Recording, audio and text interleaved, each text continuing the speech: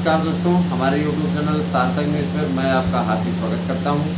Channel पे यदि आप नए हैं तो चैनल को सब्सक्राइब कर लीजिए, वीडियो को लाइक कर दीजिए, जुड़िए हमारे साथ में क्योंकि आपका जुड़ाव बहुत आवश्यक है। मित्रों, मैं आपको बताना चाहूँगा शिक्षक भर्ती के लिए आप लोग हमारे YouTube चैनलों को सब्सक्राइब कर लीजिए, आराध्या न्यूज़ को, द कंपटीशन टाइम्स को, और ये आपका पॉलिटिक्स का स्पेशल कवरेज करने वाला पॉलिटिक्स, क्राइम, खेल, इन सभी गतिविधियों को कवरेज करने वाला यूट्यूब चैनल है सार्थक न्यूज़। मित्रों, मैं बताना चाहूँगा, ज़रा सा ध्यान दीजिएगा। उत्तर प्रदेश का जो ये चुनाव है, कभी विकास के मुद्दे पर वो लड़ने की कोशिश नहीं करता। वर्तमान में ये फिर से एक बार धर्म पर आधारित होता हुआ जा रहा है। अखिलेश यादव को ये लगता है कि मुस्लिम तो हमारे साथ है, ये है ना, हिंदुओं में यादव कम्युनिटी हमारे साथ है, कुछ एक और हैं जो हमारे साथ आ सकते हैं, और मायावती के कमज़ोर होने के कारण से दलित भी हमारे साथ आ जाएंगे। अगर हम ब्राह्मणों को अपने साथ तोड़ करके मिला लें तो निश्चित रूप से, है ना, हमें निश्चित जीत मिल जाएगी। लेकिन है क्या कि सवर्णों के बीच में एक सर्वे कराया गया था कि सवर्ण अभी भी 90% से ज़्यादा, 10% कुछ हैं जो कि बदल लेते हैं पाला कभी कभी, लेकिन है नहीं कि इन लोगों को क्या है कि इनको हर हाल में इसमें क्या करते हैं, सरकार जो है इसमें अपने आप को प्रतिनिधित्व मांग रही है कि प्रतिनिधित्व हमें मिलना चाहिए। अब ज़्यादा से ज़्यादा सीटें भाजपा में मिलेगी या सपा मिलेगी, ये तो भाई ये नेता तय करेंगे। लेकिन इतना जरूर जान लीजिए, धर्म आधारित जब भी चुनाव हुआ है उसमें बीजेपी हमेशा भारी पड़ी है। इसमें चढ़ावा चोरी के प्रकरण को लगातार अखिलेश यादव और विपक्ष मुद्दा बना रहे हैं। उनको लगता है कि इस आधार पर, है ना, हम जीत ले जाएंगे। और देखिए, समाज में इस बात का भी मैसेज गया हुआ है कि चढ़ावा चोरी प्रकरण में इस चीज़ को तो स्वीकार कर रही जनता कि यहाँ गड़बड़ हुआ है, और विपक्ष का नेता होने के नाते अखिलेश यादव को इस मुद्दे को उठाने का पूरा अधिकार है ना। लेकिन जब ये सर्वे कराया गया, है ना, जब ये सर्वे कराया गया कि क्या आप इसके लिए योगी को दोषी मानते हैं, तो जनता ने कहा नहीं, योगी आदित्यनाथ का कोई दोष नहीं। SIT जांच पे आपको भरोसा है, इस पर भी लोगों ने कहा कि हाँ, हमें भरोसा है। 55% से ज़्यादा लोगों ने कहा SIT जांच पे हमें भरोसा है, और योगी आदित्यनाथ ने तत्काल कदम उठाया। इसके लिए उनको साधुवाद भी देने वालों की संख्या कम नहीं है। मित्रों, याद रखिएगा कि ये जो कांटे की टक्कर है, ये कांटे की टक्कर किस दिशा में जाएगी ये आने वाला वक्त बताएगा, हमारा ट्रैकर बताता रहेगा। लेकिन फिलहाल इसमें योगी आदित्यनाथ को एज है 55% पर, 62% पे 55% पे हैं योगी आदित्यनाथ।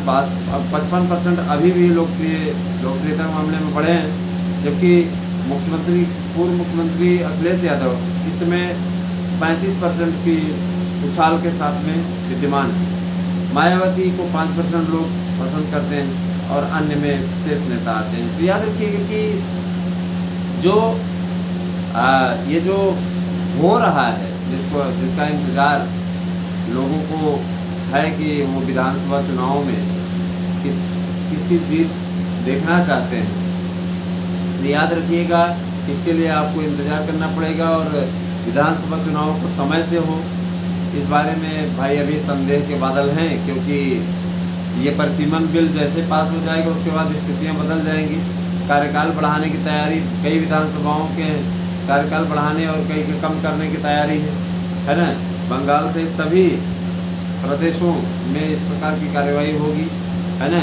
तो ये देखने वाली बात है कि ये चुनाव किस मुद्दे पर लड़ा जाता है। वैसे धर्म के ऊपर बढ़ता चला जा रहा है, और मुख्यमंत्री योगी आदित्यनाथ लगातार पश्चिमी यूपी का दौरा कर रहे हैं, क्योंकि उनको पश्चिमी यूपी से ज़्यादा उम्मीद है।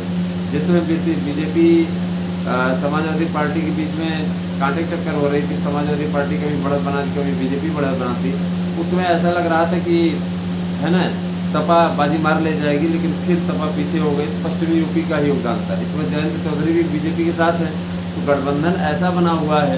और रही बात यह कि एक प्रकरण फिर से देखिए धर्म के मुद्दे पर उठा कि हनुमानगढ़ी की सीढ़ियों पर नमाज पढ़वाई गई थी, और ये चीज़ें स्पष्ट जब आ जाती हैं तो जनता को भी ये लगता है कि यार फिलहाल पहला यही शासन अच्छा है।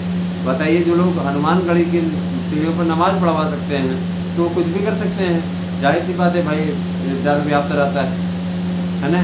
तो ये सारी बातें हैं। दूसरी बात ये मैं बता देना चाहता हूँ कि धर्म कोई भी हो, देखिए अब जैसे मुस्लिम धर्म ही है, मैं किसी धर्म का विरोधी नहीं हूँ, मैं स्पष्ट कर देना चाहता हूँ, कोई भी धर्म हो इस पर राजनीति नहीं होनी चाहिए।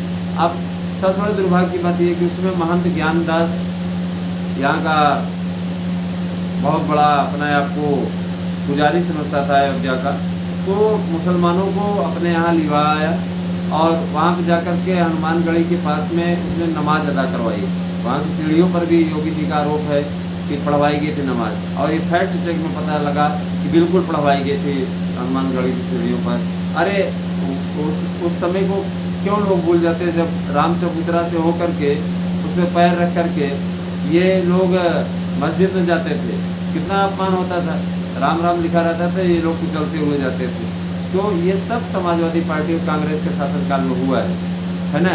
लगातार तक तिरपाल में रहे रामलला, तो किसी की याद नहीं आई। आज रामलला का भव्य मंदिर बन गया है तो लोग चढ़ावा चोरी और इस सब का मुद्दा बना रहे हैं। और मैं तो सीधे तौर पे कहना चाहता हूँ कि जो लोग सही दिशा में नहीं रहते ना, उनके साथ ही ऐसा होता है।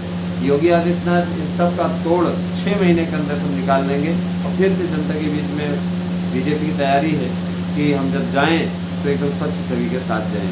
जो लोग चढ़ावा चोरी में इन्वॉल्व हैं उन सब के खिलाफ कड़ी कार्रवाई की जा रही है। तो कैसी लगी वीडियो कमेंट करके अवश्य बताइएगा। याद रखिएगा कि जो होता है समयानुसार होता है और अच्छा होता है, आगे भी अच्छा ही होगा। बने रहे हमारे साथ में। कैसी लगी वीडियो कमेंट करके अवश्य बताइएगा।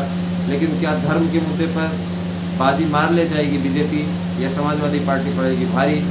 यही है आज का ये मैटर, और आप इस पर अपने विचार अवश्य व्यक्त करें। धन्यवाद, आपसे खुश होंगे।